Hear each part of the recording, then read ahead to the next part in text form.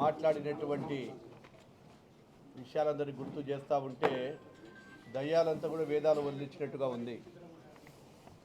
ఈరోజు ఒక కుటుంబంలో 2 కుటుంబాల వ్యక్తిగత కక్షలతో హత్య జరిగితే ఆ హత్యను కూడా ఈరోజు కేవలం రాజకీయ హత్యగా చిత్రీకరించి తన రాజకీయ ఉనికిని కాపాడుకోవడానికి ఈరోజు వచ్చి అనేకమైన ఆరోపణలు చేస్తూ అటు మా నాయకుడు గౌరవ ముఖ్యమంత్రి శ్రీ చంద్రబాబు నాయుడు గారిని మరియు లోకేష్ బాబు గారిని దీంట్లో కూడా ముద్దాలుగా చేర్చాలంటున్నారు. మరి ఒక్కసారి మేము ప్రజలందరినీ కూడా అడుగుతూ ఉన్నాము, ఈరోజు జగన్మోహన్ రెడ్డి గారిని అడుగుతూ ఉన్నాము.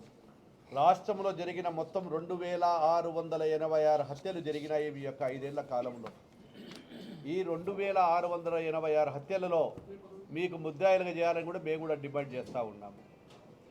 మరి గత ప్రభుత్వంలో మీరున్నప్పుడు ఎన్నో రాజకీయ హత్యలు చేసి ఈ రాజకీయంలో ఈ యొక్క తెలుగుదేశం పార్టీని ఆ రోజు బంగాళాఖాతంలో కలపాలి, భూస్థాపితం చేయాలని చెప్పి నువ్వు మాట్లాడిన మాటలు ఒకసారి గుర్తు చేసుకోవాలని చెప్పి జగన్మోహన్ రెడ్డి గారిని కోరుతూ ఉన్నాను.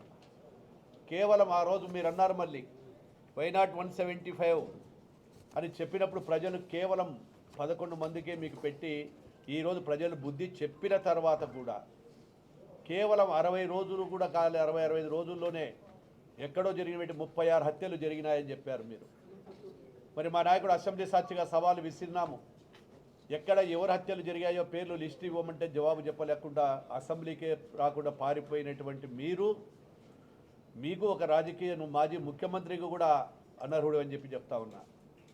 ఎందుకంటే ఆ అసెంబ్లీ నుంచి నువ్వు పారిపోయినావు. ఆ రోజు మేము ఛాలెంజ్ చేశాము, ఈ యొక్క ప్రభుత్వం వచ్చిన తర్వాత, మా ప్రభుత్వం వచ్చిన తర్వాత 30 హత్యలకు పైన జరిగాయని చెప్పినప్పుడు ఛాలెంజ్ చేశాము. ఆ వివరాలు ఇవ్వండి అని నువ్వు చెప్పలేకుండా పోయావు. కేవలం నీ యొక్క పినతండ్రి చనిపోతే కూడా దాన్ని కూడా రాజకీయంగా మా మీద రక్త చరిత్ర నారాసుర హరి రక్తం అని చెప్పినోడివి ఈరోజు వచ్చి నువ్వు ఈరోజు వేదాలు వదిలేస్తుంటే ప్రజలందరూ కూడా గమనిస్తూ ఉన్నారు. మేము ఈరోజు ఒకటే చెప్తా ఉన్నాం, నీ జీవితం అంతా, మీ కుటుంబ జీవితం అంతా కూడా రక్త చరిత్రే. రక్త చరిత్ర కలిగిన ఒక నాయకుడు ఈరోజు మా నాయకుడిని చంద్రబాబు నాయుడు గారిని కానీ లోకేష్ బాబు గారి కానీ విమర్శించే హక్కే లేదు మీకు. మీ చరిత్ర వైఎస్ఆర్ పార్టీ చరిత్ర అంతా రాజకీయములకు వచ్చిన మొదటి రోజు నుంచే హత్యలు చేయిస్తూ, ఎక్కడ ఎన్నికలు జరిగినప్పుడు కూడా పంచాయతీ బోర్డు ఎన్నికలు కానీ స్థానిక సంస్థ ఎన్నికలు జరిగినప్పుడు ఎక్కడి వారిని వాళ్ళ మీద హత్యలు చేస్తాము బెదిరించుకుంటూ తర్వాత దౌర్జన్యాలకు పాల్పడి చేసినటువంటి వ్యక్తివి నువ్వా ఈరోజు మాట్లాడేది మా గురించి, మా తెలుగుదేశం పార్టీ గురించి, మా నాయకుడు చంద్రబాబు గురించి, లోకేష్ బాబు గురించి అని కూడా చెప్తా ఉన్నాము. ఈరోజు మా మీద చెప్పావు, మొట్టమొదటిగా బీసీలను హతమార్చావు. ఈరోజు దాదాపుగా బీసీలను 300 మందిని, ఎస్సీలు 192, ఎస్సీలు 58, మైనార్టీలు 11, మహిళలు, పార్టీ కార్యకర్తలు 79 మంది, ఇలా ఎన్ని పడితే అన్ని వేల మందిని చంపించినావే. మేము ఛాలెంజ్ చేసిన రోజు నువ్వు ఏ రోజున వస్తావా?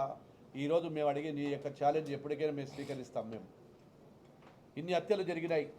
ఈరోజు మా అందరి మీద, ఇక్కడ పైన ఉండేటువంటి అందరి మీద కూడా అక్రమ కేసులు పెట్టావు, రౌడీ సీట్లు ఓపెన్ చేయించావు, అదేవిధంగా ఎస్సీ ఎస్టీ కేసులు పెట్టావు. నీకు పరిపాలన కూడా చేత కాని వాడివి. ఈరోజు అసెంబ్లీలో ఎదుర్కోవాలంటే కూడా చేత కాకుండా పారిపోయిన వాడివి నువ్వు. కాబట్టి నీకు మాట్లాడే హక్కు కూడా లేదని చెప్తా ఉన్నాము. అదేవిధంగా ఈరోజు ఎక్కడో రాజకీయాలలో ఎక్కడో కొంతమందికి సంబంధం లేకుండా నీ కరపత్రికను అడ్డం పెట్టుకొని లేని హత్యలు కూడా చేసినట్టు వల్లవిస్తూ ఉన్నావు. ఎక్కడో జరిగినటువంటి కుటుంబ తగాదాలను కూడా తగాదాలలో జరిగిపోతే తెలుగుదేశం పార్టీకి మాకేం సంబంధం అని అడుగుతా ఉన్నాం. కుటుంబాలలో జరుగుతూ ఉన్నాయి. నీ సొంత కొంత చిన్నాడు చంపుతూనే నువ్వు ఇంతవరకు న్యాయం చేయలేదు. నీ తల్లి ఈరోజు నీ చెల్లెలు ఏం మాట్లాడుతూ ఉన్నారో చూడు, ఒకసారి ఆలోచన చేసుకోండి. నీ సొంత చెల్లెలే ఈరోజు ఎక్కడ పట్టుకుని నాకు న్యాయస్థానాల చుట్టూ తిరుగుతూ న్యాయం చేయమని చెప్తా ఉన్నటువంటిది మీ సొంత చెల్లెలని కూడా గుర్తు చేస్తూ ఉన్నాను. ఈరోజు ఇది ఒక్కటే కాదు, అనేకమైనటువంటి ఈరోజు నీ కార్యకర్తలను గాలికి వదిలిపెట్టేశావు, పార్టీని గాలికి వదిలిపెట్టేశావు. కేవలం రాజకీయ ఉనికిని కాపాడుకోవడానికి ఎక్కడైనా అవకాశం దొరికినప్పుడు వచ్చి వాళ్ళను పరామర్శించడం తప్ప ఏ కుటుంబానికైనా ఒక చిన్న ఆర్థిక సాయం చేశావా అని అడుగుతూ ఉన్నాము. గతంలో పెసరాయిలో జరిగిన డబుల్ మర్డర్ కేసులు గుర్తు రాలేదా జగన్మోహన్ రెడ్డి గారు? డాక్టర్ సుధాకర్ను జరిగినప్పుడు ఏం నిద్రపోతున్నావా? అదేవిధంగా అబ్దుల్ సలాం గారు ఇక్కడ చనిపోతే పాపం ఆ రోజు ఎందుకు రాలేకపోయినావు? ఈరోజు నీకు ముఖ్యమంత్రి పదవి లేదు కాబట్టి, ఆ ముఖ్యమంత్రి పదవి లేకపోతే ప్రజలు గుర్తించడం లేదు కాబట్టి ప్రజలు మర్చిపోతారనేటువంటి ఉద్దేశంతోనే నీ రాజకీయ ఉనికిని కాపాడుకోవడానికి వచ్చావే తప్ప నువ్వు పరామర్శించడానికి రాలేదని కూడా తెలియజేస్తా ఉన్నాను. నిజంగా నీకు ప్రేమ ఉంటే ఆ కుటుంబాలు ఎక్కడైనా ఆదుకుందా మీ పార్టీ? ఎన్ని కుటుంబాలను మీరు ఆర్థికంగా ఆదుకున్నారు? గతంలో మా ప్రభుత్వం ఉన్నప్పుడు ఏదైనా జరిగినప్పుడు స్థానిక నాయకులము, మా తెలుగుదేశం పార్టీ అధ్యక్షుడు వారి యొక్క ఆదేశాల మేరకు అందరం కూడా పోయి మేము పరామర్శించడం జరిగింది. వేదిక మీద ఉన్నటువంటి నాయకులము ఆ కుటుంబాలను తెలుగుదేశం పార్టీ ఆదుకుంది. ఆ కుటుంబాలను మా యొక్క పిల్లలను చదివిస్తూ ఉన్నారు ఎన్టీఆర్ స్కూల్లో. ఆ కుటుంబాలకు అదేవిధంగా విద్య, వైద్యము, అదే కాకుండా వారి ఉద్యోగాలు ఇచ్చినటువంటి పార్టీ తెలుగుదేశం పార్టీ. ఏ ఒక్కరోజైనా నీవు కానీ మీ కుటుంబం కానీ ఈరోజు ఇక్కడికి 10 మందికి ఏదో చేసే విధంగా మీ పార్టీ కానీ ఉందా? ఒకసారి సహాయం చేసినట్టు ఉంటే చెప్పండి. ఈరోజు మా దగ్గర ఎక్కడైనా కార్యకర్తలకు అన్యాయం జరిగితే ఆ కార్యకర్తలను అక్కడ చేర్చుకొని ఈరోజు మేమంతా కూడా ఈరోజు పిల్లలకు చదువులు చెప్పిస్తూ విద్యాబుద్ధులు నేర్పుతూ ఉద్యోగాలు ఇస్తున్నటువంటి పార్టీ తెలుగుదేశం పార్టీ. కాబట్టి నువ్వు ఈ యొక్క ఈరోజు దీనికి కేవలం వచ్చిన తర్వాత మీరు సంక్షేమ పథకాల గురించి మాట్లాడుతూ ఉన్నావు.